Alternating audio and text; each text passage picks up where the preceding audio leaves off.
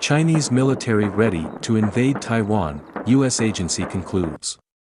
The Chinese military has now or will soon have the ability to invade Taiwan, a U.S. government agency has concluded, documenting also failed attempts by China and the U.S. to better understand one another's intentions. The People's Liberation Army, China's name for its military, is capable of landing at least 25,000 troops on the island nation to establish an initial beachhead, according to the newly released annual report from the U.S.-China Economic and Security Review Commission, a congressionally appointed agency designed to provide specific and nonpartisan national security and economic advice to Congress and the President.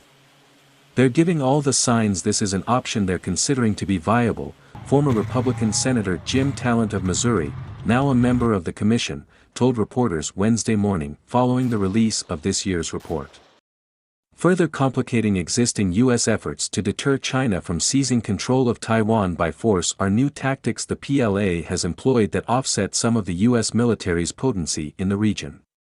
The report documents that the Chinese military has trained with barges, ferries and other civilian vessels to transport military troops across the Taiwan Straits or elsewhere, in addition to more conventional military transports. Given these deployments, it has become less certain that U.S. conventional military forces alone will continue to deter China's leaders from initiating an attack on Taiwan, the report concludes.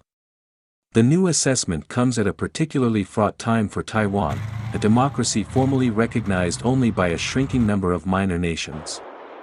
China, which has used economic and diplomatic pressure to isolate Taipei internationally, considers its government illegitimate and the island nothing more than a rogue territory of the mainland. Though the current U.S. administration policies focus on overtures to Beijing, President Joe Biden fueled Chinese paranoia of U.S. support for formal Taiwanese independence during remarks he made during a high-profile video summit with Chinese President Xi Jinping on Monday. Biden later clarified, "We are not encouraging independence, in keeping with decades-old U.S.-China policy, but not before Chinese state media blasted the original comments as a dangerous sign."